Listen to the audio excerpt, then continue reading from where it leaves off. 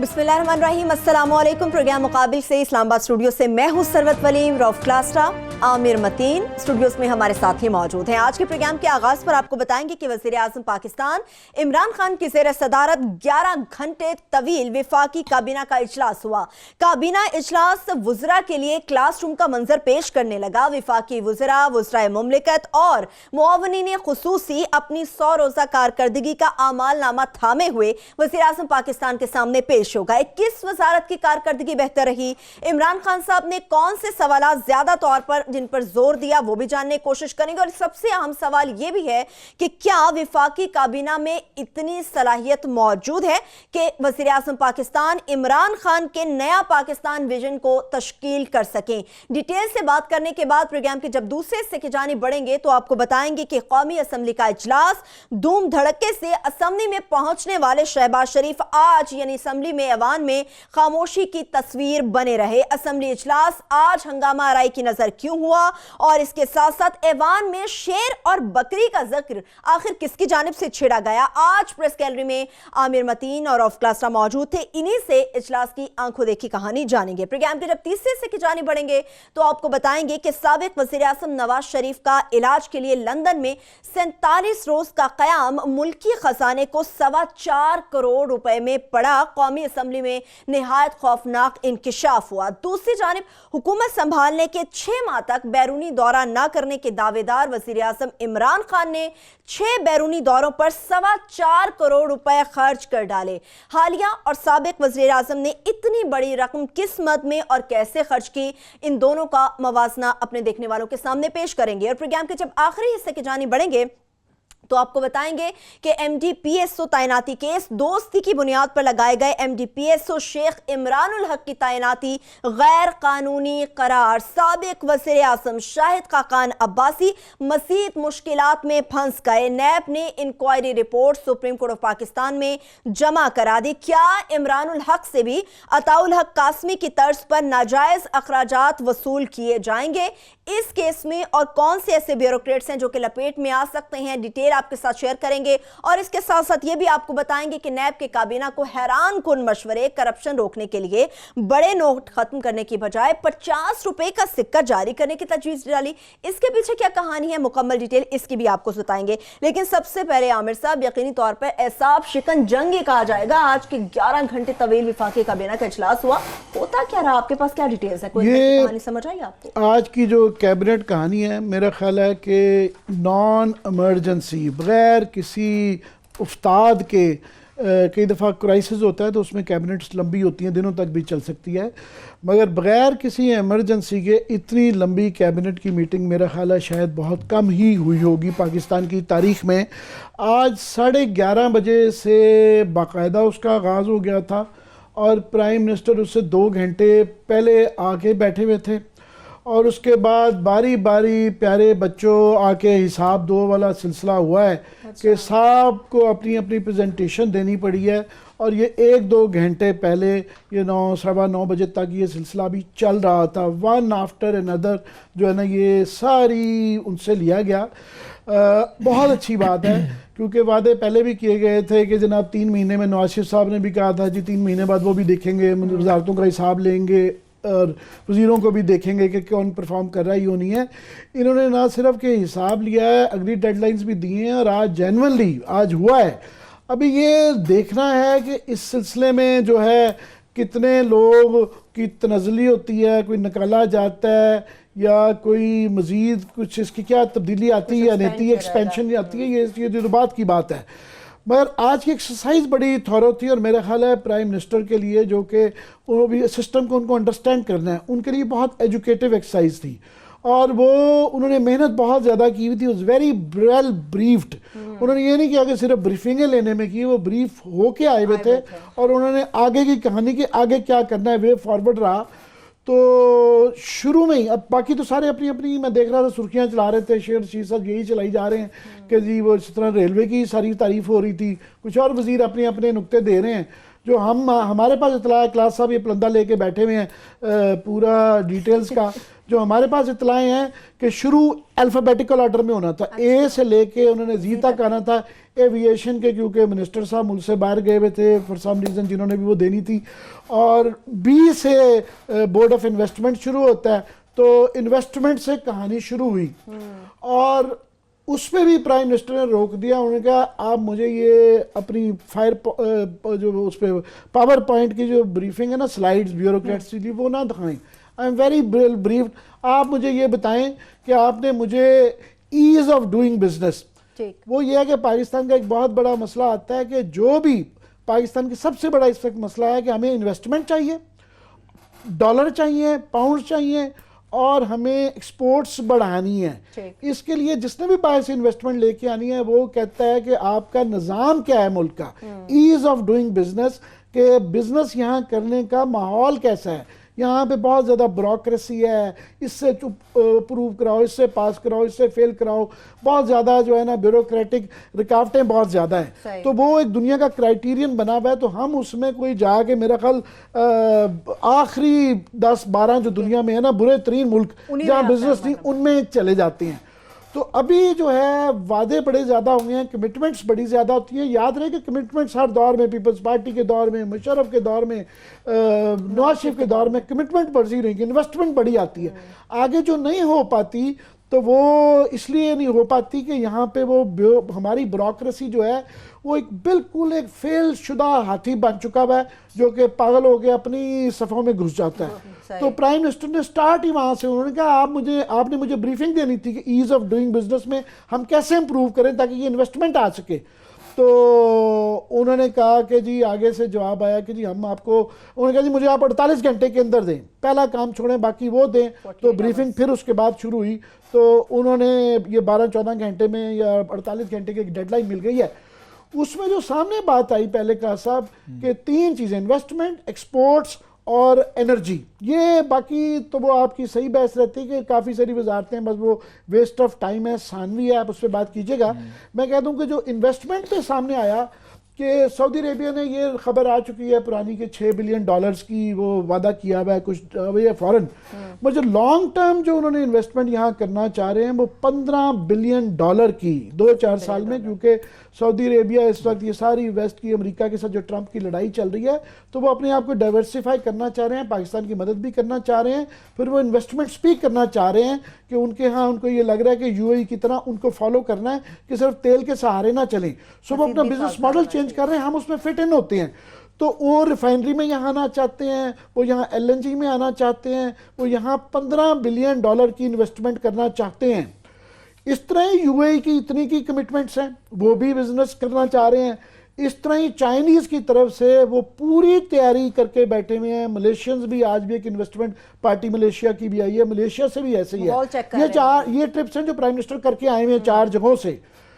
चारों जगह पे क्लास साहब प्रॉब्लम ये आ रही है कि हमारा ब्यूरोक्रेसी आगे से वो उसकी तैयारी नहीं है। वो चाइनीज़ अपनी फाइलें तैयार करके बैठे हुए, उनको रेसिप्रोकेट करना है कि वो एक चीज़ लाएं तो हम एक कागज़ दें, तो हमारी तैयारी नहीं है। और यहाँ माजी का हाल रहा है कि एक होती है एक ना ईज़ ऑफ डूइंग बिजनेस, आज कैबिनेट के अंदर इस पर फोकस आया है। एक है कंपेटिटिवनेस कि हम दुनिया में बाकी बिजनेस के साथ मैच करना है ना, हम भी एक्सपोर्ट कर रहे हैं, दुनिया भी, वियतनाम भी कर रहा है, बांग्लादेश भी कर रहा है, इंडिया भी कर रहा है। सो कंपेटिटिवनेस रेटिंग में मुकाबलतन जो है हमारा दुनिया में 133वां नंबर है। सो इशू ये आ गया हुआ है कि आगे जितने भी हमने किए हैं, रिकॉर्डिक हुआ जो का मामला, टर्की के साथ वो करकरे वाला जहाज हुआ, जितने भी हुए हैं मेजर डील्स, सब में क्या होता है आर्बिट्रेशन में चले जाते हैं, नैब के केसेस हो जाते हैं, कुछ ना कुछ यहाँ पे करप्शन आ जाती है और वो रुक जाता है मामला। सो ये क्वेश्चन आ गया है, प्राइम मिनिस्टर इमरान खान को ये डिसाइड करना है कि पहले वो के अंग्रेजी में कहते हैं putting horse before the cart, कि आप पहले घोड़ा रखते हैं, टांगा पीछे लगाते हैं। यहाँ हुआ है कि टांगा आगे लग गया हुआ है और इमरान खान को ये फैसला करना है। 70 साल से लगा हुआ है, 70 साल से ये। तो उसके पीछे तरह से प्रॉब्लम ये है, मुझे जो नजर आ रही है, मैं आपके पास हम सारी ये ब्रीफिंग्स ले रहे थे दोस्तों से कि आज कैबिनेट में क्या हुआ। फैसला ये करना है कि उन्होंने 43 डिवीजनों की प्राइम मिनिस्टर ने आज ब्रीफिंग तो ले ली, हर जगह जो है ना घोड़ा टांगा आगे है, घोड़ा पीछे है। तो आया प्राइम मिनिस्टर इमरान खान से ये करना है, या इस सारे 43 डिवीजनों से पहले एक डिवीजन वो ये है कि आप अपनी ब्यूरोक्रेसी को सुधार लें। आप ये फैसला कर लें कि आपने ब्यूरोक्रेसी के रिफॉर्म्स पहले कर लें, बजाय ऐसे कि यही मसला पेट्रोलियम में है। पेट्रोलियम के अंदर वो 3 मिनिस्ट्रियां बना दी गई हुई हैं, वो आपस में लड़ती मटती रहती हैं, और कोई मुझे जो आ रही है उसकी तफसील में बात करेंगे कि एनर्जी के अंदर बहुत ज़्यादा प्रॉब्लम है। लोड शेडिंग आपकी जो है ना गैस की आ रही है, और वो जो है ना माफियाज बैठे हुए हैं, फर्नेस ऑयल वाले, वो फर्नेस ऑयल मिला के उन्हें स्टोरेज से बंद किया हुआ है, वहाँ से बुरी खबरें हैं।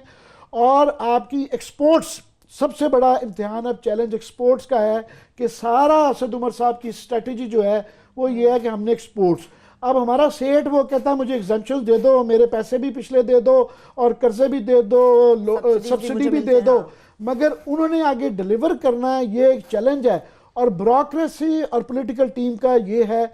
मुख्तसरन ये बता दूं कि आज के अंदर ये वाला एक ये बहस रही, तफसीलात उसकी बताते नहीं, क्लास साहब से पहले सुन लें कि आपने पहले ब्यूरोक्रेसी को ठीक करना है जिसने ये सारी मिनिस्ट्रियां और इनका एम्बिशियस एजेंडा चलाना है, या आपने एक एक टांगे के पीछे एक एक घोड़ा लगाया हुआ है, और प्राइम मिनिस्टर साहब लड़ के जो है ना एक मिनिस्ट्री में कि ये हर 3 महीने बाद टकरे मार के वो किया, जो कि पहले सिलसिला रहा है। ये क्वेश्चन घोड़े के पीछे तांगा लगाने के लिए क्लास साहब क्या एफर्ट्स करनी पड़ेंगे प्राइम मिनिस्टर पाकिस्तान को? आमिर साहब ने बड़ा तफसील से सारा कुछ बताया है। पहले तो जैसे आमिर ने कहा कि हम बड़ा अप्रिशिएट करते हैं कि वज़ीर आज़म साहब ने एक एटलीस्ट जो भी एक्सरसाइज हुई है, मतलब उसमें जो भी उन्होंने किया है, लेकिन एक अच्छी एक्सरसाइज है, अच्छी बिगिनिंग है इन सेंस कि हमने माजी में देखा, नवाज शरीफ साहब भी ऐसे बातें करते थे कि हम जी आपको याद होगा 100 दिन बाद कारकर्दगी का जायज़ा लेंगे, और 100 दिन वो कभी नहीं है। खुद जहाज़ पकड़ा और दुनिया के 100 ममालिक में फिर आके आगे 350 दिन जो थे वो मुल्क से बह रहे। पीछे उन्होंने इसाक डार साहब को डमी या ना आप कैसे डिफेक्टो प्राइम मिनिस्टर बनाया, 84 कमेटियां दी कि ये संभालें डार साहब, आप मुल्क चलाएं,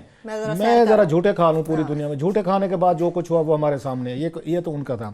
इससे पहले गिलानी साहब का भी ऐसे था, जो हुकूमत आती है ये दावे करते जी हम जी पूरे आपको अपनी रिपोर्ट देंगे, अकाउंटेबिलिटी करेंगे, मिट्टी ते सुहा, कभी किसी ने ना करवाई है तो ना हमें याद रहा है, ना उन्होंने हमें जुर्रत दी है। कभी किसी से पूछ भी लें तो वो कहते हैं आप कौन होते हैं, ये तो हमें लोगों ने वोट दिया है, लोग जाने हम जाने, 5 साल बाद जाएंगे, अगर किसी वोटर को तकलीफ होगी तो हमसे पूछ लेगा। ये अदालतें कौन होती हैं, ये रिपोर्टर कौन होते हैं, ये जर्नलिस्ट कौन होते हैं। जरदारी साहब तो नाराज होते थे, वो कहते हैं सियासी अदाकार बैठ गए। मतलब ये जब तक सियासी अदाकार अपोजिशन में थे तो बड़े अच्छे लगते थे जरदारी साहब को, एक के साथ बात, जफ्फियाँ, वो आमिर साहब वाली बकौल इनके वो पप्पियाँ वगैरह सब कुछ लेते थे जरदारी साहब, उनके मुस्कुराहटें, smile and the be villain, मुझे उसकी शेक्सपियर की लाइनें याद आ गई। लेकिन जो ही पावर में गए और कुछ क्वेश्चनिंग शुरू की तो साथ में उन्होंने कहा जनाब सियासी अदाकार पाकिस्तान को नहीं चलने दे, हम सियासी अदाकार बन के सारे ये सारे हुक्मरान करते हैं। अच्छी चीज़ जो उन्होंने की है कि एटलीस्ट उन्होंने यहाँ से पूछगाछ का अमल शुरू किया है कि एक्सीलेंसीज आपको कुछ वजारतें दी थी, कुछ हमने लोगों से वादे किए थे, आपने कोई बड़े दावे किए थे, और यहाँ पे लोग दूरबीनें लगा के बैठे हुए हमारी परफॉर्मेंस पे, ज़रा आए तो सही, बताएं तो सही कि क्या हुआ है। So it's a good beginning, इसमें कोई शक नहीं, अच्छा काम किया। अब आते हैं कि वहाँ पे हुआ क्या है। कुछ जो हमारे ज़राए वगैरह जो हैं, जिस वजारत से शुरू करना चाहिए था मेरा ख्याल है उसकी आई बारी नहीं है आमिर साहब, या उसको आप कह सकते हैं डेफर कर दिया गया। कौन सी है क्लास? वो थी मिनिस्ट्री ऑफ इंटीरियर, बड़ी अहम आपकी वजारत है जिस पे वो थी।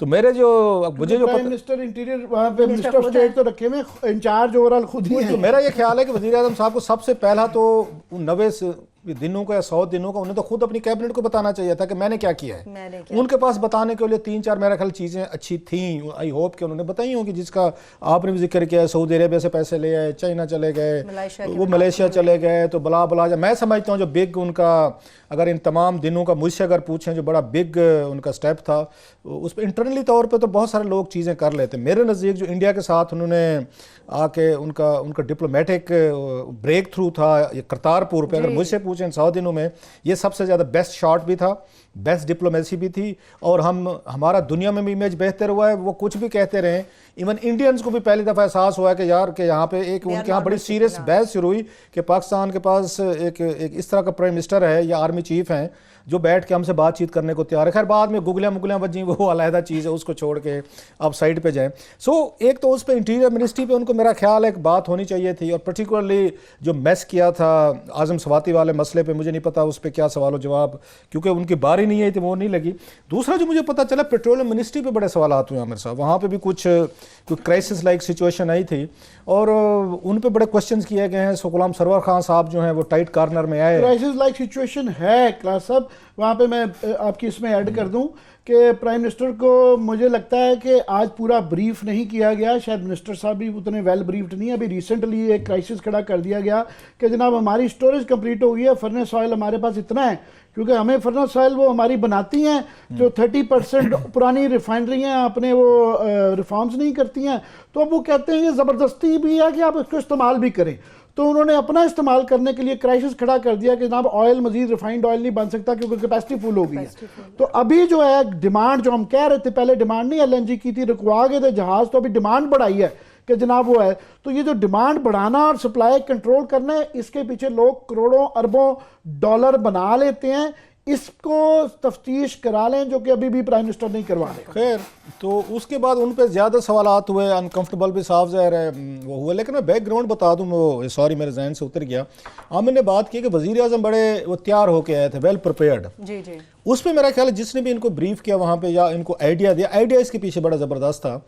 वो ये था कि इन्होंने खान साहब ने वहाँ से प्राइम मिनिस्टर सेक्रेटेरिएट से तमाम वजारतों को परफॉर्मा वो भेजे गए थे, उनको क्वेश्चनर भेजे गए थे पहले एक एक वजारत को टू द पॉइंट। मसलन जो 6-7 मुझे पता चले कि क्या क्या क्वेश्चन थे जो भेजे गए कि बिफोर मीटिंग ये हमें भेजें ज़रा। एक मेन तो ये था कि जनाब आप ये बताएं कि जो मेन उसमें चीज़ थी कि हमारा हमारा मंशूर था PTI का, अब उसको इम्प्लीमेंटेशन करने के लिए आपकी वजारत से रिलेटेड जो इश्यूज थे कि आपने उन पे कोई काम शुरू किया। ठीक, ये मेरा ख्याल बड़ा पहली दफा हम सुन रहे हैं कि मंशूर को बातें तो सब करते हैं, इम्प्लीमेंट उसको चेक नहीं करता। चेक थे, उन्होंने पहला ये भेजा कि जनाब आप बताएं आपका जो हमारा PTI का मंशूर था तो उस पर कितना आपकी वजारत से अगर रिलेटेड था तो आपने उस पर कितना काम किया, नंबर 1। इससे बड़ा सवाल ये था कि जनाब करप्शन पे हमारा एक अपना स्टांस है PTI का, आपने करप्शन अपने महकमे में रोकने के लिए क्या क्या स्टेप्स लिए, नंबर 2। नंबर 3 था कि जनाब के बहुत सारे अखराजात हैं, कम करने थे, ऑस्टेरिटी अपने महकमे में आपने अखराजात को कम करने के लिए आपने क्या काम किया। साथ में उनसे पूछा गया था कि जनाब के आपके पुराने प्रोजेक्ट्स है तो उनको कहाँ तक आपने आगे लेके चले, नए कितने आपने शुरू किए, उनका स्टेटस जो है अगेन वे आके वो भी हमें बताया जाए। प्लस उसमें जो अहम चीज़ थी कि ये बताएं फ्यूचर में जो है वो फ्यूचर में आपके पास क्या है, कुछ ऐसे टारगेट्स क्या हैं आपके पास, ये चीज़ें क्या। सो ये ओवरऑल इमरान खान के पास जब उनकी वजारतों ने वहाँ पे आके ब्रीफिंग दी और मोस्टली सेक्रेटरीज ने दी, जो उसका वहाँ पे उन्होंने माहौल बनाया हुआ था कि सेक्रेटरीज आते थे हर ये महकमे के, वो प्रेजेंटेशन देते थे। तो वज़ीर आज़म समेत तो जितने भी वहाँ वज़ीर बैठे हुए तो सबको इजाज़त थी कि कोई क्वेश्चन करना चाहते हैं, कोई पूछना चाहता है। सो इट वॉज ए मतलब सॉर्ट ऑफ वो कहते हैं गुड डिस्कशन। एक क्लासरूम वाली जो बात की ना, एक होती है पाकिस्तानी क्लासरूम, एक होती है जो हमने बाहर देखी ब्रिटेन की क्लासरूम के, जहाँ पे अब चाय भी ले जाएँ, कॉफ़ी भी ले जाएँ, अपनी क्लासरूम में नाश्ता भी करें, इनफॉर्मल में ज़्यादा आपकी क्रिएटिविटी आती है। सो एक आप जब क्वेश्चन आंसर का सेशन शुरू करते हैं तो डेफिनेटली ब्यूरोक्रेसी पे भी दबाव आता है, उस वजीर पे भी आता है। अब जो उसमें पता चला है, जो मुझे ऑफ कोर्स हम उसको देखते रहते हैं, उसमें मुराद सईद की जो परफॉर्मेंस हम पहले भी बात करते रहते हैं, कंपैरेटिवली उसने ज़्यादा सीरियस लिया हो अपनी वजारत को, जो मुझे समझ में आती है कि उसने यहाँ पे ऑस्टेरिटी के हवाले से बड़े अच्छे स्टेप्स है। 200 से ज़्यादा गाड़ियाँ उन्होंने वो ना सेल की, जब गाड़ियाँ सेल की तो फ्यूल के खर्चे भी आपके कम हो गए। फिर उनके मुराद सईद की वजारत जो NHA वगैरह है कम्युनिकेशन, उसमें बहुत सारी उनकी सेविंग्स भी हुई हैं, रेवेन्यू जनरेशन भी 4 बिलियन रुपीज़ से ज़्यादा आया है। बहुत सारे ऐसे करप्शन रिलेटेड मुराद सईद ने बड़े उस पर स्टेप्स किए हैं। नैब और FIA के पास कुछ चीज़ें गई हुई हैं, कुछ जो हम सुनते रहते हैं वो भी ब्रीफ किया गया कैबिनेट को कि उन्होंने जो ऑडिट रिपोर्ट्स हैं वो आ रही हैं। सो उनके हवाले से बेहतर एक उनका व्यू रहा है। अब जो चीज़ थी, अब आमिर साहब से आपसे पूछें, मैं तो डरा बैठा हूँ इनसे, एक वजारत का आपने इनसे पूछना है। बिल्कुल बिल्कुल, मेरी सिफारिश पे वो होगी एजुकेशन। नहीं, एजुकेशन नहीं। चलें वापस आए, मैं आपके जरिए आपकी तवज्जो से, क्योंकि मुझे कुछ मैं इतनी जरूरत रखते हैं वो हैं, वापस हैं आपके जरिए पूछते हैं। चलिए, वो कौन सी अहम वजारत है जिसके बारे में आमिर मतीन साहब से ही जानना बेहद जरूरी है। एक छोटी सी ब्रेक से वापस आएंगे, गुफ्तगू यहीं से आगे बढ़ेगी, मगर इसके साथ साथ कौमी असम्बली इजलास से मुताल्लिक में बात होगी। आमिर मतीन, रऊफ क्लासा दोनों ही प्रेस गैलरी में मौजूद थे, वहां क्या होता रहा, इसके साथ साथ हालिया और साबिक वज़ीर आज़म नवाज शरीफ के बैरून मुल्क दौरों से हवाले से भी कितनी रकम कहाँ और क्यों खर्च की गई, मुकम्मल डिटेल आपके साथ शेयर करेंगे। साथ में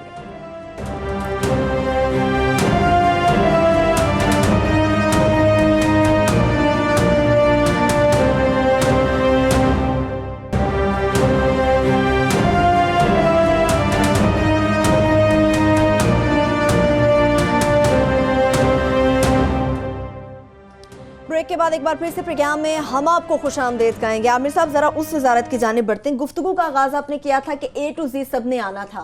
इस A to Z में F आप अंग्रेजी का जो है वो जानबूझ के नजरों से ओझल कर गए। मैं ये सही कह रहे हैं, क्योंकि फाइनेंस असद उमर सबसे इम्पोर्टेंट है भी असद उमर इसलिए क्योंकि सारी इनकी घर में वो जो कहते हैं ना होंगे दाने तो कमले भी सियाने, पैसे आएगा तो ये अंदरूनी भी मुल्क चलेगा और बैरूनी भी चलेगा। सो इसलिए क्रक्स जो है ना वो buck stops at Asad Umar कि असद उमर क्या डिलीवर करते हैं। और असद उमर का टू गिव हिम क्रेडिट एक बात ज़रूर है कि ये जो पहले जब उनके आने से लोगों को भूल गया, यहाँ पे $18 बिलियन का करंट अकाउंट डेफिसिट था और ये था कि जो दिवालिया हो जाएंगे, IMF वाले हमें पैसे नहीं देंगे, अमेरिका वाले भी हमें ब्लैकमेल करेंगे और एक बहुत बड़ा क्राइसिस था। ये आप उनको क्रेडिट दे दें, प्राइम मिनिस्टर को दे दें, जमाल खशोगी को दे दें कि उसके वाक़े की वजह से सऊदी अरेबिया का दिल माइल हुआ, चाइनीज़ हेल्प आ गई, UAE जो भी है जिसको मर्जी दे दें, but that crisis has been averted. उसके बाद हाँ, ये जो डॉलर के रेट पे मिस हैंडलिंग हुई है, ये इसका सारा डिस्क्रेडिट जो आना चाहिए वो असद साहब को पे आना चाहिए कि ये इनसे रिलेटेड था। उसकी हमें तफ्तीशी रिपोर्ट की वो चाहिए, क्योंकि इनके आइंदा आने वाले दिनों में सबसे ज़्यादा 2-3 चीज़ों की मुश्किलात आएंगी। एक तो ये है कि ये सारे पैसे बढ़ाने से ये जो कीमतें ऊपर गई हैं, कि आइंदा 6 माह साल इतनी महंगाई रहेगी कि लोगों ने यहाँ से लोगों की चीखें निकल जानी हैं। सो अगर हमें एक्सपोर्ट और इन्वेस्टमेंट्स और रेमिटेंसेस इन ज़रियों से पैसे ना आए, क्योंकि इंटरनल टर्न अराउंड जो होना ना हमारी इंडस्ट्री ने ठीक होते होते ये लॉन्ग टर्म है, थोड़ा सा शॉर्ट टर्म में अगर ये चीज़ें मामला ठीक ना हुए तो लोगों में सब्र नहीं रह गया, लोगों ने सब्र नहीं करना। ऑलरेडी रोज का एक आधे जत्थे जो है ना किसी लाहौर की माल रोड पे, यहाँ पे कभी टीचर तो कभी ये, यहाँ आम आदमी भी आना शुरू हो जाएगा, क्योंकि आम आदमी का कसूर नहीं है, उसके लिए बड़े वादे किए गए थे और उसको ये रोज़ रोज़ समझाना कि जनाब महंगाई है, पिछले छोड़ के गए थे, ये बयानियाँ नहीं है, इससे आगे डिलीवर करना पड़ेगा। और घूम फिर के क्रक्स जो है ना वो असद उमर साहब पे बिल्कुल आ जाता है। दूसरी मजीद उनकी बड़ी खबर ये है कि उन्होंने अपनी मर्जी के या प्राइम मिनिस्टर की मर्जी के जो ब्यूरोक्रेट्स लगाए थे वहाँ पे वो जो FBR के अंदर वहाँ से 550 अरब रुपए का क्लास साहब डेफिसिट आ गया है रेवेन्यू का, और कोई 60 अरब रुपए का टैक्स का, जो हमें बताया जाता है कि टैक्स में यूं कर देंगे तो यूं कर देंगे, बाद में तो करेंगे। फिलहाल वहाँ भी एक क्राइसिस सिचुएशन है, वो भी कमी हो गई है। अभी उसके जो इसको जो शॉर्टफॉल है, पैसों की जो कमी है, उसको ज़ाहिर आसान ही होता है, वहाँ पे डाल दो, ये पेट्रोल बढ़ा दो, ये कर दो, नोट छाप दो, ये सारे मामला आते हैं।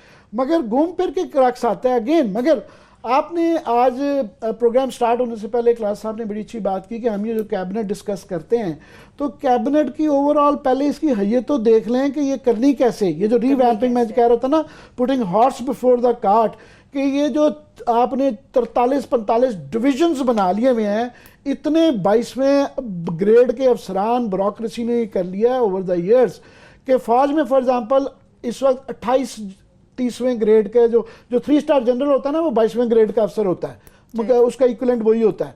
उनके 28 जर्नैल हैं, इन्होंने अपने 100 जर्नैल कर लिए हैं। 22वें ग्रेड के जो अफराद का नंबर है वो 100 को भी क्रॉस कर गया है। और अब वो मौका ढूंढ रहे हैं कि जी साउथ पंजाब का सूबा बनाने या एडमिनिस्ट्रेटिव जोन बनाने का बहाना कि ये 10-20 और निकल आएंगे। ज़रूरत ये है कि आधे से ज़्यादा ये डिवीज़न जो है 18वीं तरमीम का, ये क्लास साहब ने बड़ी अच्छी बहस दरमियान में छेड़ी थी कि ये इसको कटेल करने की ज़रूरत है कि आप फॉर एग्जांपल डिफेंस का अलहदा रखा हुआ है, डिफेंस प्रोडक्शन अलहदा रखा हुआ है, आपने अब ह्यूमन राइट्स का आप देखें 24 क्लासेस साहब मैं अभी नज़र डाल रहा था कि जो 24 फेडरल मिनिस्टर्स रखे हुए हैं उनमें से 18 जो वो हैं जो कि फर्स्ट टाइमर हैं, पहली दफ़ा फेडरल बने हैं मिनिस्टर, वो फेडरल मिनिस्टर ही सीधा बने हैं।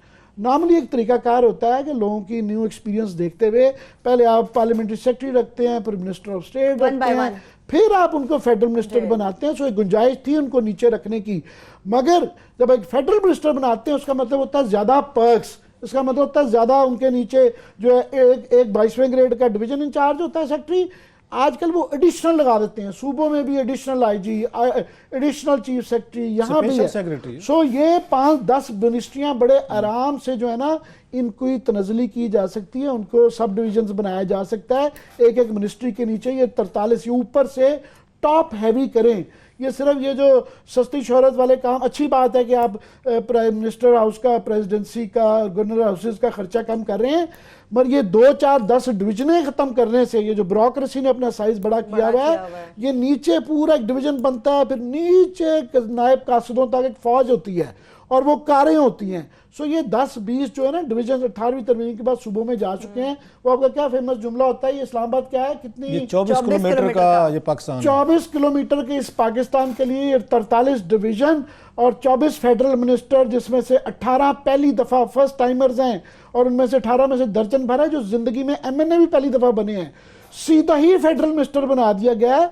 उनको तरला किया जा सकता है कि जरा अपनी औकात में रहें, ठीक है, पावर्स लेनी है ना, पावर्स ले लें, पर्क्स कम कर लें, कुछ ये है तो इस पे पहले ब्यूरोक्रेसी को रिवैम्प कर लें, तो फिर ये आपकी इम्प्लीमेंटेशन और मिनिस्ट्रियाँ चलेंगी। ये मेरा क्रक्स है जी। आमिर साहब, जो असल चीज़ थी ना, लास्ट लिस्ट को करें क्योंकि फिर हमने कौमी असम्बली की तरफ भी जाना है, बड़ी अहम खबरें हैं वहाँ से, असम्बली से भी। लास्ट लिस्ट को मैं सम अप करूँ, जो बात हम यहाँ पे बैठ के, क्योंकि अब over the period of time ये चीज़ें हमें इसलिए थोड़ी सी पता चलती हैं कि हम जाके फॉलो करते हैं, सुनते रहे इन चीज़ों को, सो थोड़ी सी अक्ल आना शुरू हो जाती है कि कौन कौन सा मसला किधर है।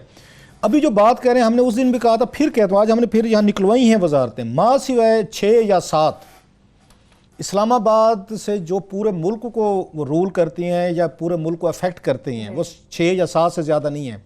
आपने 40 यहाँ फेडरल मिनिस्टर और स्टेट मिनिस्टर या एडवाइज़र बना लिए हैं।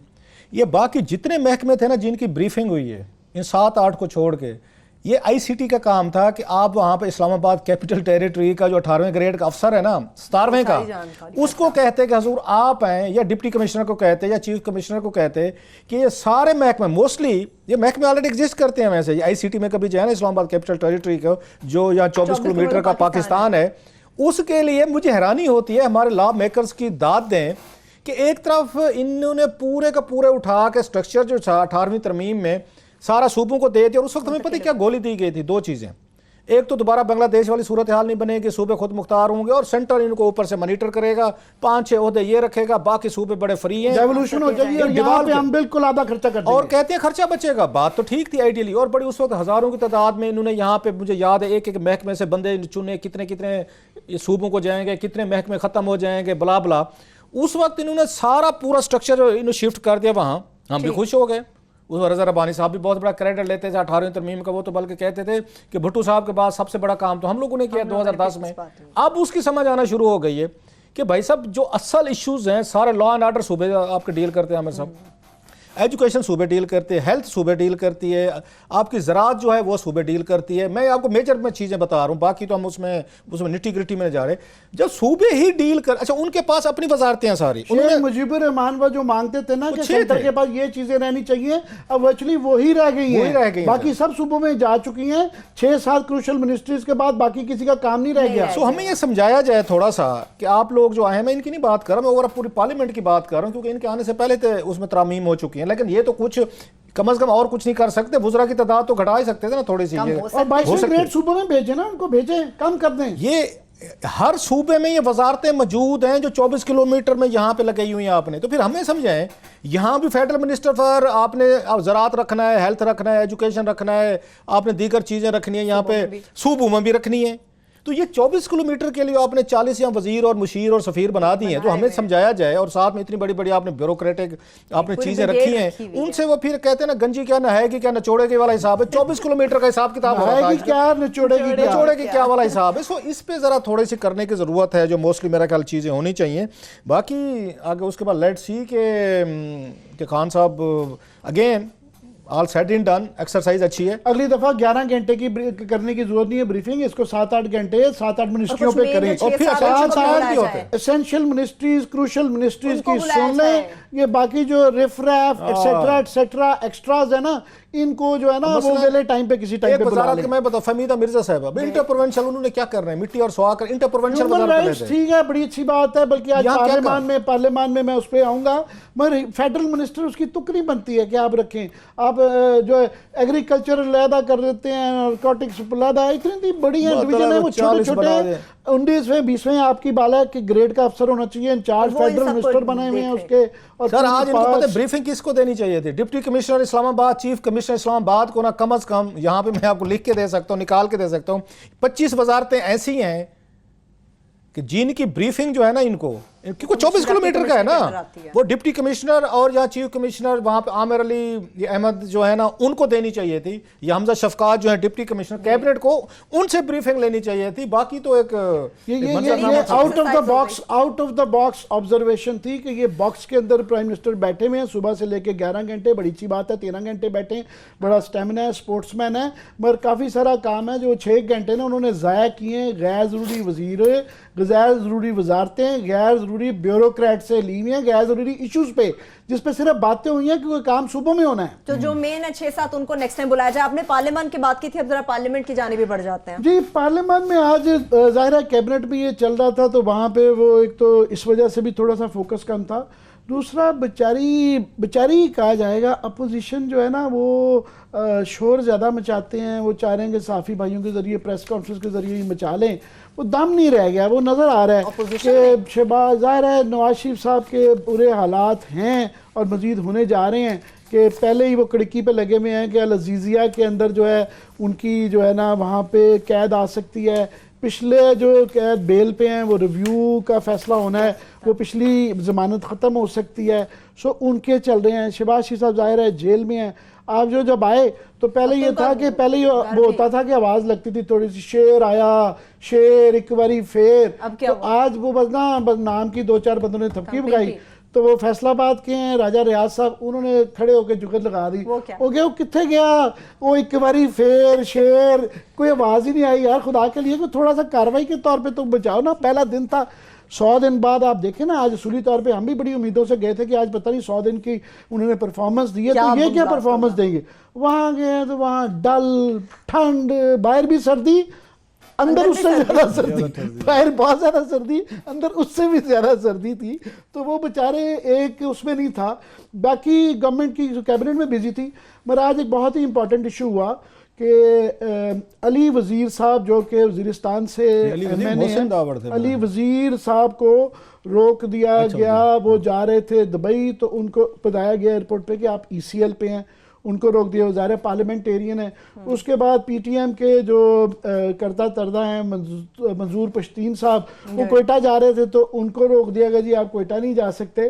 तो ये बड़ा ही एक हसास सा टॉपिक बन गया, और ये इल्ज़ाम दिया जाता है कि जिस टॉपिक को हम नहीं करते, तो उसमें सबसे इम्पॉर्टेंट ये थी कि शीरी मज़ारी साहबा, जो कि हम उनके पहले बड़े नाक़िद रहे हैं, मगर मैंने अब देखा है वो बड़ी दिलेरी से काम करती हैं, और आगे से वो बड़े लोगों से, हालांकि मिनिस्ट्री बड़ी कमज़ोर है मगर वो बेहतर मिनिस्ट्री चला रही हैं, तो उन्होंने बड़ी आज खड़े होकर दिलेराना बात की। उन्होंने कहा जनाब ये बिल्कुल गलत है, ये किसी को ये जमहूरी निज़ाम के अंदर ये नहीं किया जा सकता। मोहसिन दावड़ ने ये इशू रेज किया, मोहसिन दावड़ ने जो वो भी वहीं से वज़ीरिस्तान से MNA हैं, उन्होंने ये रेज किया कि जनाब उन्होंने तकरीर की, इशू बताया कि ये इशू है और ये बताएं इसके एक्सप्लेनेशन। तो हौसला ये क्या कि शीरी मज़ारी ने किया, तो उनका जनाब ये बिल्कुल गलत है, और ये किसी को सूबे में रोकना या ECL का भी निज़ाम है, और किसी को एक पीसफुल असम्बली, क्योंकि इल्ज़ाम ये था कि जिस वाबी के अंदर जलसा हुआ उस बुनियाद पे ECL में आया, क्योंकि जी अगर कोई गैर कानूनी काम नहीं कर रहा, अगर कोई ज़बरदस्ती नहीं कर रहा, और अगर कोई वहाँ जबर नहीं हो रहा, तो फ्री एसोसिएशन का राइट है, आईनी चीज़ें हैं, तो इन चीज़ों पे ना सूबों में रोकना चाहिए ना ECL पे करना चाहिए। तो अब ये चाहे अगर उनका ज़ाती व्यू भी था शीरी मज़ारी का, मगर बहरहाल वो PTI की मिनिस्टर हैं और कलेक्टिव रिस्पॉन्सिबिलिटी होती है, तो ये PTI का स्टांस लिया जाएगा। तो इससे ये मैं समझता हूँ कि ये एक पॉलिटिकल मूव थी और बहुत अच्छी मूव थी कि गवर्नमेंट भी इस तरह की चीज़ों पे जब आप जबर करते हैं तो ये चीज़ें बढ़ती हैं। ठीक है, PTM से कई लोगों को गिले होंगे कि उसके अंदर कुछ अफराद हैं जिनके कुछ क्रीडेंशियल्स हैं जिन पे बात की जा सकती है कि जी फलाने का एजेंडा है, फलाने का एजेंडा है, मगर लोगों की वहाँ पे जेन्युइन मसले हैं। लोगों को चेक पोस्टों पे लोगों के साथ जो थोड़ा सा बुरा नारवा कई दफ़ा सलूक होता है, हो जाता है। जब एक 10,000 बंदे ने रोज़ एक चेक पोस्ट से गुजरना होगा तो ये पॉसिबल नहीं है, पॉसिबल नहीं है कि वहाँ हर एक से तमीज़ से बात कीजिए। लाइनें टूटती हैं, लोग 2-2 घंटे बैठते हैं, लोग भी तंग होते हैं, और वो भी मसला नहीं है। और ये उससे तकालीफ हैं, लोगों के जेन्युइन कंसर्न्स हैं, इसी वजह से ये चीज़ बढ़ भी रही है। तो मैं समझता हूँ आज श्री मज़ारी ने बड़ा डेयरिंगली इस चीज़ को जो है पॉलिटिकली डील किया, और गवर्नमेंट्स को ऐसे ही डील करना चाहिए, सोल्यूशन निकालने चाहिए। बाकी विद ड्यू अपॉलॉजीज़, हमारे ISPR के जरनैल साहब ने ये बातें की थी कि जनाब हमें अगर मौका मिले तो एक दिन भी हम चेक पोस्टों पे नहीं रखना चाहिए। मैं उनकी बात मान लेता हूँ, मगर मैंने अपने तजर्बे से क्लास साहब आपको पता है देखा है कि बलूचिस्तान में डेरा बुगटी में फॉर एग्ज़ाम्पल एक दफ़ा मैं गया तो मैं ISPR के साथ तावन करके वहाँ गया था। तो वहाँ गया तो उन्होंने कहा जी डेरा बुगटी में जब पहुँच गया, मैं 18 घंटे का सफ़र करके कोयटा से गया बाय रोड। उन्होंने कहा जी यहाँ पे बहुत हालात कशीदा हो गए हैं, आप नहीं जा सकते। मैं सुई चला गया, 5 किलोमीटर आगे जाना था। उन्होंने कहा जी वहाँ बहुत कशीदा होंगे, आप नहीं जा सकते। मैं कहा यार मैं आप ही के बंदों के थ्रू 18 घंटे सफ़र करके आया हूँ, तो ये 5, उन्होंने कहा जी आप नहीं जा सकते। ये कुछ पुरानी दुश्मनी निकाली होगी आपसे। एक दफ़ा नहीं 2 दफ़ा मुझे ऑर्डर आ गए कि अब जा सकते हैं, अब नहीं जा सकते। फाइनली उन्होंने कहा जी डेरा बुगटी में बम धमाका हो गया। ये मैं ऑन रिकॉर्ड बता रहा हूँ आपको, ये मैंने लिखा हुआ भी इस पर। तो बम धमाके, अब तो बिल्कुल ही हालात बहुत कशीदा होंगे, आप नहीं जा सकते। मैं पूरा 18 घंटे का सफ़र करके जब सुई से कोयटा वापस आया तो इत्तफाकन उस ज़माने में जो DG FC थे, FC के DG जो होते हैं ना, वो वर्चुअली बुरे हालात में, एमरजेंसी में वो प्रोविंस को रन करते हैं। तो उन्होंने कहा कैसा लगा डेरा बुगटी? मैंने कहा जी आप बताएं। उन्होंने कहा, मैंने कहा कोई हालात ठीक नहीं थे वहाँ। उन्होंने कहा ये क्या बात कर रहे हैं, आप जैसे सहाफ़ियों की वजह से ये बुरा फौज का इंप्रेशन पड़ता है। परफेक्ट डेरा बुगटी पीसफुल है, बिल्कुल अमन है, प्रॉब्लम वहाँ कोई नहीं है। मैं तो वहाँ कल खुद जाके बाजार के अंदर चाय पी के आया हूँ, बैठा हूँ और सिविलियंस की तरह फिर हूँ। डेरा बुगटी में तो वो नहीं है। तो मैंने उनसे, अब ज़ाहिर है मेजर जनरल रैंक का DG FC in-charge of Balochistan, मैंने कहा आर यू श्योर, आप सही कह रहे हैं कि ये सच्चा ऐसे ही है डेरा बुगटी में सूरत हाल? मैंने कहा मुझे क्वेश्चन कर रहे हैं, I am the DG, I run this province. मैं कहा जनाब मैं अभी 18 घंटे का सफ़र करके आ रहा हूँ, ये आपके ही नीचे कमांडर साहब ने मुझे कहा कि वहाँ बम का धमाका हो गया। कह रहे कोई वाक़या नहीं हुआ, बम का धमाका हो ही नहीं सकता। उन्होंने 2-4 फ़ोन किए कि कहाँ से बम धमाका हुआ, और मैं तो कल फिर रहा था वहाँ पे। तो बहरहाल उसके बाद फिर शर्मिंदगी थी, जाहिर है। तो ये मैंने अपने तजर्बे से देखा है। ये सन की बात है, ये कोई आप समझ लें, वो बेचारे DG साहब बाद में एक उनके बच्चे का जो वाक़या हुआ था तो वो सुबकदोश फौज से हो गए, मेरी वजह से नहीं और रीजंस की वजह से। ठीक है। मगर पॉइंट ये है कि जब कई दफ़ा वहाँ से जब सिक्योरिटी उसमें आप बैठे होते हैं तो आपका दिल नहीं करता निकलने को। जो नीचे अफसरान होते हैं उनको मज़ा आ रहा होता है, एक पर्क्स भी आ जाते हैं, ताकत भी आ जाती है। तो सिविलियन अथॉरिटी को ट्रांसफर करके जिस तरह स्वात में निकला जाता है, निकला गया है, इधर से भी होपफुली के in time we will get out of it. ठीक है, अब चलिए मुझे अभी जरा ब्रेक की जानिब बढ़ना है। जब ब्रेक से वापस आएंगे, आमिर मतीन ने बताया कि कौमी असम्बली में बाहर भी ठंड थी, अंदर भी ठंड थी। इस ठंड में रऊफ क्लास्ट्रा ने एक बड़ी गर्मा गर्म खबर निकाली है जिस पर किसी का कोई ध्यान नहीं गया। एक छोटी सी ब्रेक से वापस आके वो खबर भी आपके साथ शेयर करेंगे, और नैब ने जो काबीना को हैरानकुन मशवरे दिए हैं उनकी डिटेल भी आपको बताएंगे। हमारे साथ रहिए।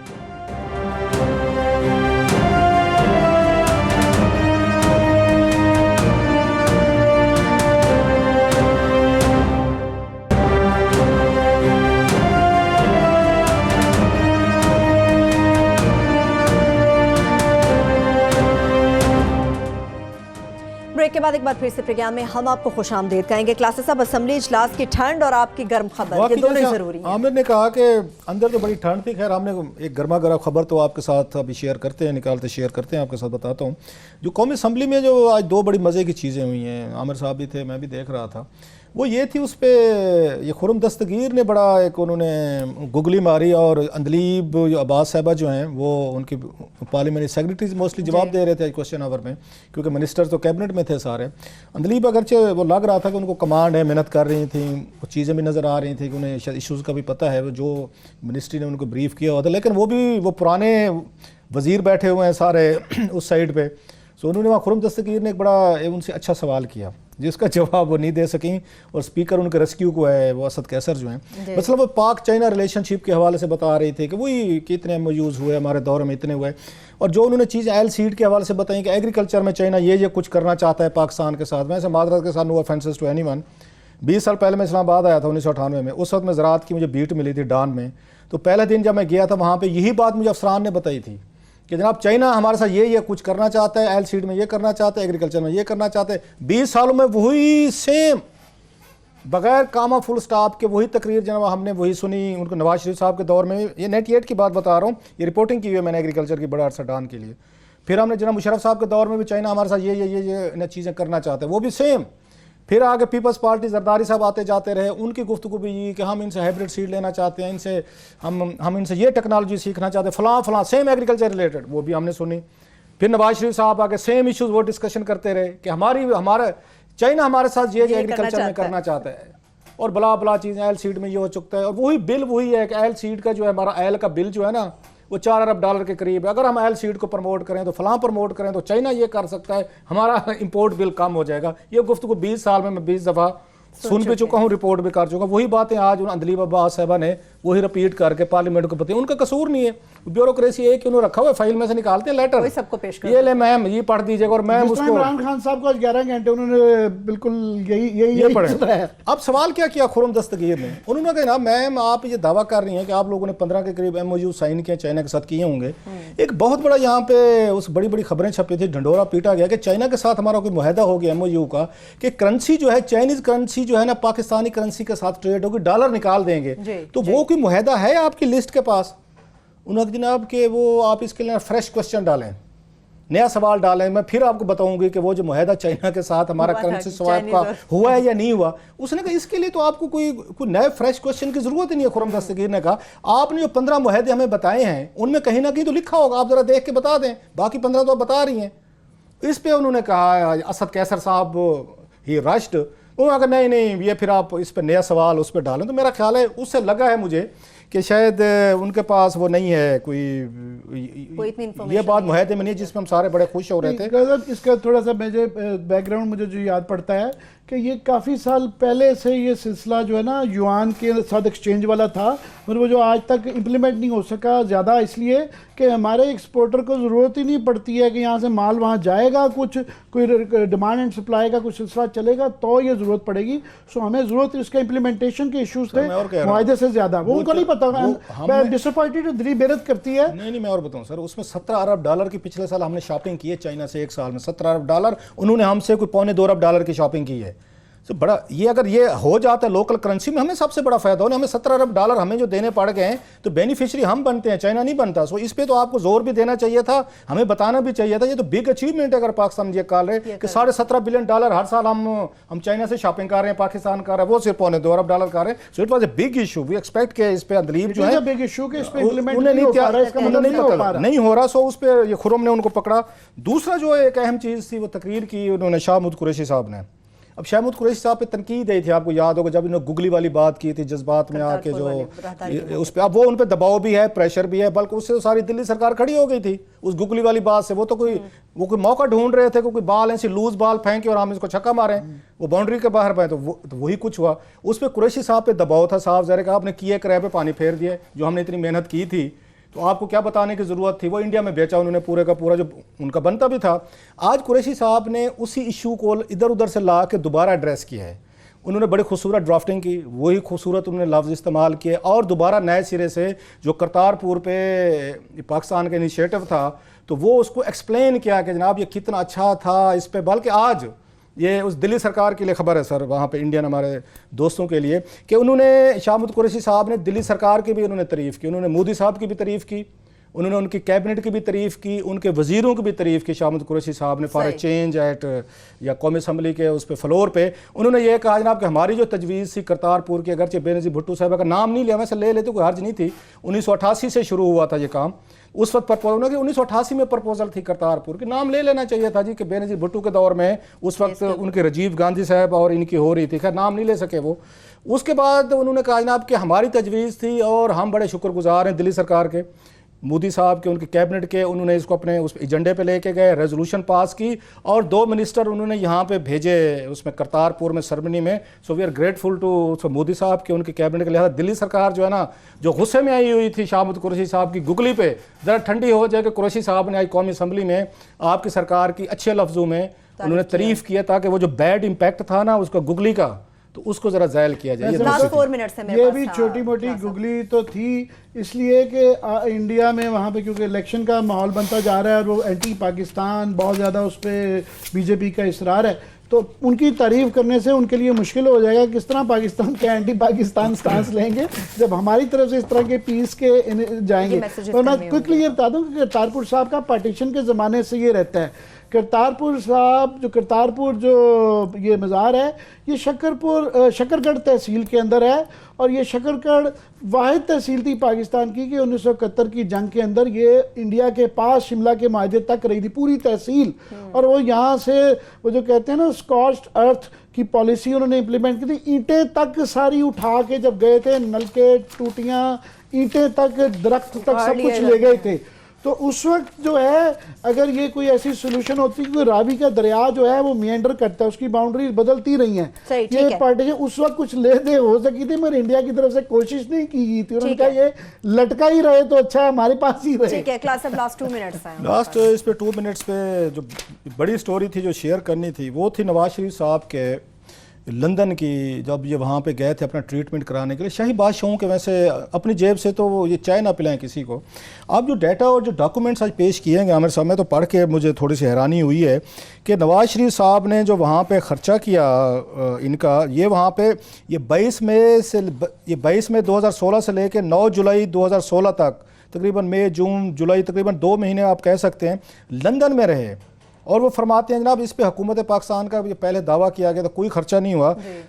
आज ये बताया गया है जनाब कि वज़ीर आज़म साहब जो हैं 3.5 करोड़ आप रुपए कह लें या 4 करोड़ रुपए या $3.5 लाख कह लें, $3.5 लाख के करीब इनका खर्चा जो है ना आमिर साहब हुकूमत पाकिस्तान ने या हम लोगों ने बर्दाश्त किया। और उसमें मज़े की चीज़ क्या है, इंटरेस्टिंग, ये ब्यूरोक्रेट ये जकूटा जिन्हों का काम देखें, $30,000 के करीब TADA लिया है जो स्टाफ उनका गया हुआ था प्राइम मिनिस्टर साहब का। और इन्होंने अपना कैंप ऑफिस कहाँ बनाया हुआ था सर?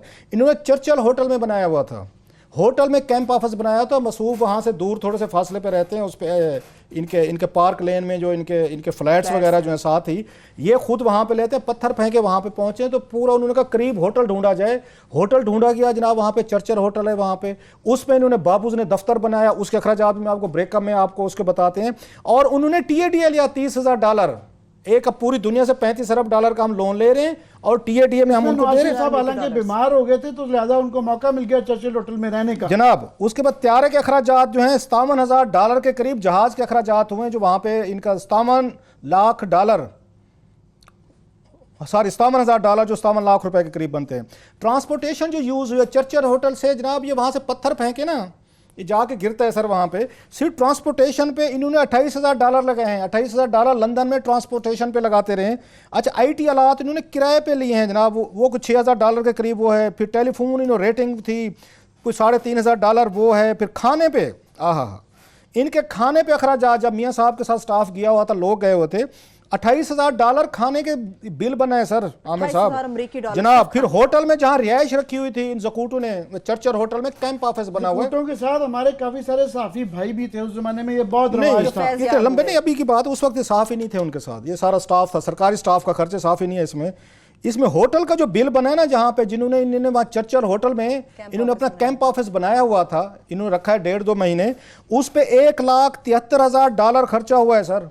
अखबारात पढ़े जाते थे, पता नहीं वहाँ पाकिस्तानी यहाँ पढ़ते नहीं पढ़ते, वहाँ पे तो एक फैशन है। $165 के अखबारात के बिल भी दिए जाए। टोटल बिल जो बना है मियाँ साहब का बादशाह सलामत का, यहाँ से कैंप ऑफिस वो शिफ्ट किया गया था, उस पर $3,27,000 के अखराजात हुए। इस मुल्क के जिसको हम कहते हैं गरीब हैं, $1 की बेगिंग कर रहे हैं। साथ में लास्टली ये भी बताया जाता जाऊँ कि ये भी बताया गया है, और जो VIP फ्लाइट आई थी आमिर साहब, ठीक है, उस पर 9 जुलाई को जो वापस आई थी, ये अलहदा थे। ये जो $3,27,000 अलहदा होटल का खर्चा और वो सारी चीजें Allowance और TADA TADA वगैरह। बाबू ने जो VIP फ्लाइट आई थी आमिर साहब, उस पर 3 करोड़ 45 लाख रुपए का अलहदा खर्चा हुआ था। ठीक तो है, तकरीबन ठीक। 8-9 करोड़ रुपए में ये पड़ा है। इमरान खान साहब वाले जो अखराजात हैं वो बताए गए हैं, वो आपने पढ़ लिए होंगे, सुन लिए होंगे, पूरी खबरें छपी हैं। 4-5 करोड़ जो रुपीस जो है उनका भी खर्च हो चुके उनका हैं। खर्च, अगरचे वो कह सकते हैं कि हालांकि economic बीमार drive पे थे, था, उनका जाती इलाज था, अमीर क्लास आदमी लाइन हैं, आती पैसे है। खर्च सकते थे। नहीं करते सर। उन्होंने यहाँ पे 34 मिलियन जो हैं, ये देख वो लें, भी- 34 मिलियन जहाज पे लगे हैं जिस पे नवाज शरीफ साहब वापस आए थे। 34 मिलियन, 3.5 करोड़ वो, और यहाँ पे 3.5 करोड़ ठीक आप है। कह लें ये रुपीस जो है होटल का खर्चा, TADA, खाने के खर्चे, ट्रांसपोर्ट के खर्चे। ये आपको अभी- लगता है ये मुल्क गरीब है जो डॉलरों पे पल रहा है जी सर? बिल्कुल, जो डॉलरों पे पड़ रहा है, कहाँ से ये गरीब मुल्क है। एक साथी प्रोग्राम भी अपने अख्ताम को पहुंच रहा है। अपना बहुत सा ख्याल रखिए, खुदा हाफिज।